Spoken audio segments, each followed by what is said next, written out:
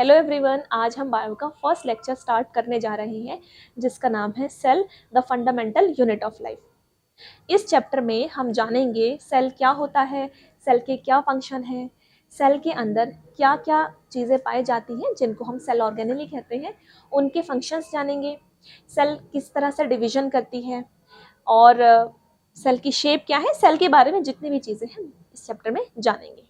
तो चलिए शुरू करते हैं। अगर हम अपने चारों तरफ जितने भी लिविंग ऑर्गेनिज्म हैं, चाहे वो बड़े लिविंग ऑर्गेनिज्म है, चाहे वो आपके बैक्टीरिया डिजीज कॉज करने वाले माइक्रो ऑर्गेनिज्म है, किसी को भी देखें, हम उन सब में एक कॉमन चीज पाएंगे। हम ये पाएंगे कि सारे ऑर्गेनिज्म हमारे सेल से ही बने होते हैं। एक साइंटिस्ट थे जिनका नाम था R.H. विटेकर, जिन्होंने 1969 में 5 किंगडम क्लासिफिकेशन की थ्योरी को दिया था। 5 किंगडम क्लासिफिकेशन के अनुसार उन्होंने जितने भी आपके लिविंग ऑर्गेनिजम्स होते हैं उनको 5 कैटेगरी में डिवाइड किया था। पहली कैटेगरी है मोनेरा, सेकेंड है प्रोटिस्टा, थर्ड है आपकी फंजाई, नेक्स्ट है प्लांटी और नेक्स्ट है एनिमेलिया। तो हमारे जो स्टार्टिंग की दो किंगडम है, किंगडम प्रोटिस्टा और किंगडम मोनेरा, वो यूनिसेलुलर ऑर्गेनिजम्स होते हैं। इट मीन्स उनकी बॉडी एक सिंगल सेल से बनी होती है और जो सिंगल सेल है वही सारे फंक्शन करने के लिए बनी हुई होती है। चाहे आप फूड का इंजेक्शन ले लो, फूड का डाइजेशन ले लो, फूड को एक्सक्रीशन करना है, सेल को डिवाइड करना है, जितने भी काम हैं उनकी सिंगल सेल ही करेगी। अगर हम आगे की जो हमारे 3 किंगडम्स हैं उनकी बात करें तो उसमें हम डिवीजन ऑफ लेबर देखेंगे और वो ऑर्गेनिज्म आपके मल्टी सेलुलर होते हैं। इसका मतलब हम कह सकते हैं कि फूड को डाइजेशन करना है तो उनकी बॉडी में डिफरेंट टाइप की सेल्स होंगी। फूड का एक्सक्रीशन करना है, वेस्ट मटेरियल के एक्सक्रीशन करना है तो डिफरेंट टाइप की सेल्स आपको देखने को मिल जाएंगी। रिप्रोडक्शन करना है, सर्कुलेशन है, रेस्पिरेशन है, सारे काम डिफरेंट डिफरेंट टाइप की सेल यहाँ पे करेंगी। अब यहाँ पे एक टर्म आता है प्रोकैरियोटिक ऑर्गेनिज्म और यूकैरियोटिक ऑर्गेनिज्म। तो देखते हैं प्रोकैरियोटिक और यूकैरियोटिक ऑर्गेनिज्म क्या होते हैं। Pro means primitive, karyon means nucleus. वो ऑर्गेनिज्म जिनकी बॉडी में या जिनकी सेल में प्रिमिटिव सा न्यूक्लियस पाया जाता है उसको हम कहते हैं प्रोकैरियोटिक ऑर्गेनिज्म।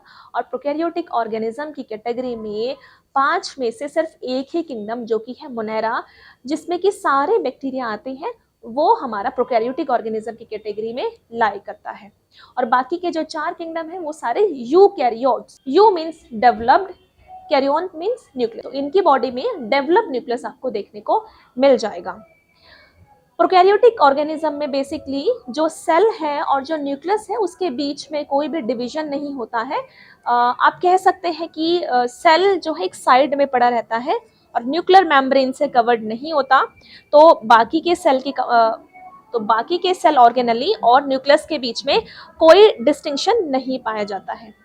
जबकि अगर हम बात करें यूकैरियोटिक ऑर्गेनिज्म की, तो यूकैरियोटिक ऑर्गेनिज्म में जो सेल का न्यूक्लियस है वो न्यूक्लियर मेम्ब्रेन से बाउंड होता है, जिसकी वजह से सेल के कंपार्टमेंट्स और न्यूक्लियस के बीच में क्लियर डिस्टिंक्शन पाया जाता है। दूसरा डिफरेंस ये है कि प्रोकैरियोटिक ऑर्गेनिज्म में आपको सिंगल क्रोमोसोम देखने को मिल जाएगा, जबकि यूकैरियोटिक ऑर्गेनिज्म में आपको एक से ज्यादा क्रोमोसोम देखने को मिल जाएगा।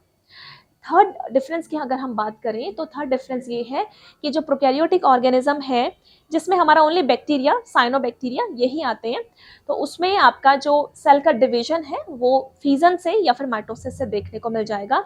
जबकि अगर हम बात कर लेते हैं जो थर्ड डिफरेंस है उसमें हमें ये देखने को मिलता है कि जो बैक्टीरिया है या प्रोकैरियोटिक ऑर्गेनिज्म है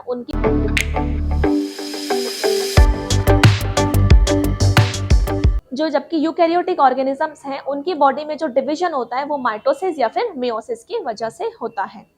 तो यहाँ पर हम देख रहे हैं कि जितने भी लिविंग ऑर्गेनिजम्स होते हैं वो सभी सेल से बने होते हैं। अगर हम बात करें वायरस की, जो डिजीज बेसिकली कॉज करते हैं, तो वायरस की बॉडी में कोई भी सेल नहीं पाया जाता है। वायरस की बॉडी जो है सिर्फ एक प्रोटीन की कवरिंग से कवर्ड होती है और उसके अंदर जेनेटिक मटेरियल देखने को मिल जाएगा जो कि आरएनए और डीएनए कुछ भी हो सकता है। तो उसके अनुसार हम उसको डीएनए वायरस या फिर आरएनए वायरस का नाम देते हैं। तो देखिए जो आपका वायरस है वो लिविंग ऑर्गेनिज्म नहीं है। जो वायरस है वो हमारा लिविंग और नॉन लिविंग के बीच में लाई करता है।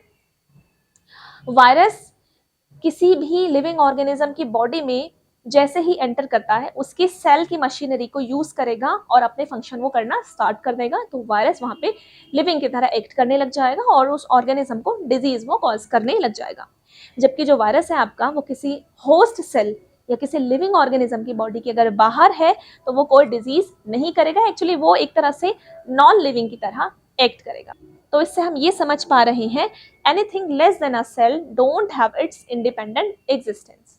चलिए सेल की हिस्ट्री और इससे रिलेटेड साइंटिस्ट के बारे में पढ़ लेते हैं। सेल की डिस्कवरी किसने की थी? हमारा 1665 में एक साइंटिस्ट थे जिनका नाम था रॉबर्ट हुक। तो रॉबर्ट हुक को सेल की डिस्कवरी करने का क्रेडिट जाता है। एक्चुअली रॉबर्ट हुक ने अपना एक प्रिमिटिव सा माइक्रोस्कोप बनाया और उससे उन्होंने कॉर्क की सेल देख डाली। कॉर्क की सेल एक्चुअली डेड सेल्स थी, तो रॉबर्ट हुक ने सबसे पहले सेल तो खोजा बट वो एक डेड सेल था। ठीक है, रॉबर्ट हुक ने अपने प्रिमिटिव से माइक्रोस्कोप के नीचे हनी कॉम लाइक स्ट्रक्चर्स देखे, तो उस समय पर वो स्ट्रक्चर्स मॉन्क के क्वार्टर की जैसे उसको नजर आए और मॉन्क के क्वार्टर को सेला सेला कहा जाता था, तो उसके अनुसार ही रॉबर्ट हुक ने उसको नाम दिया सेल या फिर सेला। उसके बाद हमारे सेकेंड साइंटिस्ट आते हैं जिनका नाम है एंटोन वॉन लेवनहॉक।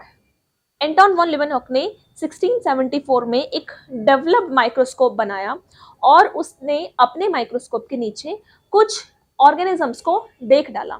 तो बेसिकली लिविंग सेल देखने का सबसे पहला क्रेडिट जाता है एंटोन वन लिवनहॉक को।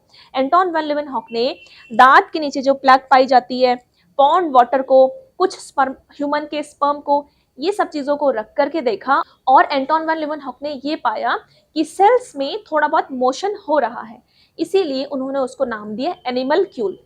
तो हम लिविंग सेल को डिस्कवर करने का क्रेडिट देते हैं एंटोन वैन लिवनहॉक को। तो बेसिकली ह्यूमन की आरबीसी, ह्यूमन का स्पर्मेटोजोआ, बैक्टीरिया और प्रोटोजोआ, इनकी सेल्स खोजने का श्रेय जाता है एंटोन वॉन लिवनहॉक। थर्ड साइंटिस्ट की बात कर लेते हैं।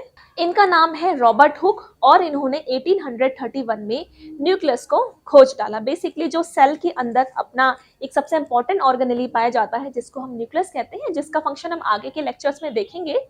तो न्यूक्लियस की खोज की थी रॉबर्ट ब्राउन ने और न्यूक्लियस को ही हम गार्जियन ऑफ द सेल भी कहते हैं क्योंकि पूरी सेल को न्यूक्लियस ही कंट्रोल करता है।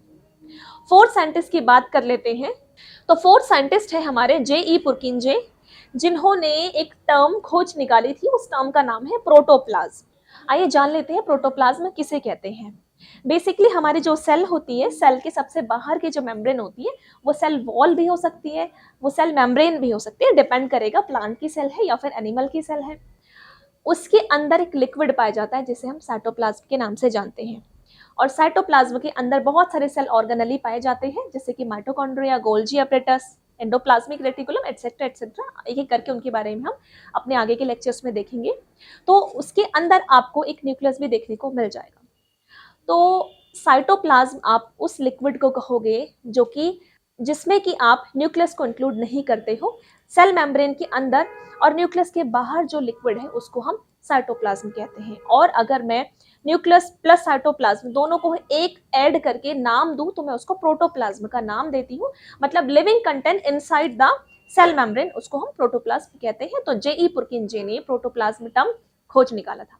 उसके बाद हमारे दो साइंटिस्ट आते हैं जिनका नाम है मैथियास श्लाइडेन और थियोडोर श्वान। ये हमारे दो साइंटिस्ट हैं जिन्होंने सेल थ्योरी दी थी। तो 1838 में मैथियास श्लाइडेन, जो कि एक जर्मन बॉटनिस्ट थे, इन्होंने बड़े सारे सेल्स को बेसिकली बड़े सारे, क्योंकि बॉटनिस्ट है तो बड़े सारे प्लांट सेल को स्टडी करा और उन्होंने 1838 में ये कंक्लूजन दे डाला कि all plants are made up of cells. जबकि 1839 में जो हमारे ब्रिटिश जूलॉजिस्ट हैं थियोडोर श्वान, उन्होंने भी अपने प्लांट सेल्स, बहुत सारे एनिमल सेल्स को स्टडी किया माइक्रोस्कोप के नीचे और उन्होंने भी ये कंक्लूजन दे डाला, all animals are made up of cells. तो इस तरीके से मैथियास श्लाइडेन और थियोडोर श्वान ने मिलकर के एक थ्योरी तैयार की जिसका नाम है सेल थ्योरी। सेल थ्योरी के पॉइंट्स कवर कर लेते हैं। सेल थ्योरी का फर्स्ट पॉइंट है all organisms are made up of cell and cell product, जो कि बिल्कुल सही बात है क्योंकि कोई भी लिविंग ऑर्गेनिज्म है उसकी सबसे छोटी यूनिट तो सेल ही है। अगर वायरस की बात करें तो वायरस सेल के अंदर है, अगर किसी दूसरे ऑर्गेनिज्म की तो वो लिविंग है, किसी लिविंग ऑर्गेनिज्म की सेल के बाहर है तो वो डेड है। तो वायरस को तो आप सेल नहीं है तो इस कैटेगरी से हटा ही हम देते हैं। ठीक, नेक्स्ट पॉइंट है all cells arise from pre existing cells only. Basically ये जो पॉइंट है, एक साइंटिस्ट थे रुडोल्फ विर्चो, इनका ये पॉइंट था ओमनिस सेलुला ई सेलुला। तो रुडोल्फ विर्चो ने ये जो सेकंड पॉइंट है कि सारे सेल्स पुरानी सेल से ही बनते हैं, ये पॉइंट बेसिकली दिया था। और थियोडोर श्वान और मैथियास स्लाइडेन की थ्योरी में हमने ये पॉइंट ऐड करके इसको सेल थ्योरी नाम दिया है। तो रुडोल्फ विर्चो ने ये कहा था आपका कि जितने भी ऑर्गेनिजम्स हैं वो पुरानी सेल से ही आते हैं। अगर आप देख लीजिए ह्यूमन का स्पर्म और ह्यूमन का ओवम, दोनों का फ्यूजन होता है तो बनता है जायगोट, और जायगोट से एम्ब्रियो, देन एम्ब्रियो से पूरा इंडिविजुअल बन जाता है। तो हम प्लांट्स में देखें, कहीं भी देखें, जो भी तो हम किसी भी ऑर्गेनिज्म में देखें, बेसिकली लाइफ की शुरुआत ऐसे ही हो रही है कि जो भी ऑर्गेनिज्म है अपनी लाइफ वो सिंगल सेल से, जिसको हम जायगोट के नाम से जानते हैं, उससे स्टार्ट करता है। थर्ड पॉइंट की बात कर लेते हैं। तो थर्ड पॉइंट है हमारा all the metabolic activities takes place inside the cell. इसका मतलब ये है कि हमारे बॉडी में जितने भी फंक्शंस हो रहे हैं वो सारे सेल के अंदर ही हो रहे हैं। मैं बात करूँ, मेरा स्टमक रिलेटेड है, स्टमक और इंटेस्टाइन रिलेटेड है फूड के डाइजेशन से। तो इसका मतलब ये है कि मेरे स्टमक में और इंटेस्टाइन में पाए जाने वाली हर एक सेल डाइजेशन का काम कर रही है, कुछ केमिकल्स एंजाइम रिलीज कर रही है जिससे कि फूड का डाइजेशन हो सके। तो इसीलिए हम ये कहते हैं कि जितने भी हम लोगों की बॉडी में, जितने भी लिविंग ऑर्गेनिजम्स की बॉडी में जो भी मेटाबॉलिक एक्टिविटीज हो रही हैं वो बेसिकली सेल के अंदर ही हो रही हैं। और फोर्थ पॉइंट डिस्कस कर लेते हैं सेल थ्योरी का। तो फोर्थ पॉइंट है every organism starts its life as a single cell. तो ये हमारा सेकंड पॉइंट की तरह ही है कि जितने भी लिविंग ऑर्गेनिज्म है अपना एक सिंगल सेल जो कि आपका जाइगोट कहलाता है उससे ही अपनी लाइफ स्टार्ट करते हैं। तो इस तरीके से हमारी सेल थ्योरी कंप्लीट होती है। आज का लेक्चर हम यहीं पे एंड करते हैं। नेक्स्ट लेक्चर में हम सेल के ऑर्गेनली के बारे में जानेंगे। हम स्टार्ट करेंगे प्लाज्मा मेम्ब्रेन से, देन न्यूक्लियस, और एक एक करके हम सारे सेल के ऑर्गेनली को जानेंगे। तब तक के लिए चैनल को लाइक कीजिए, शेयर कीजिए और सब्सक्राइब कीजिए। Thank you.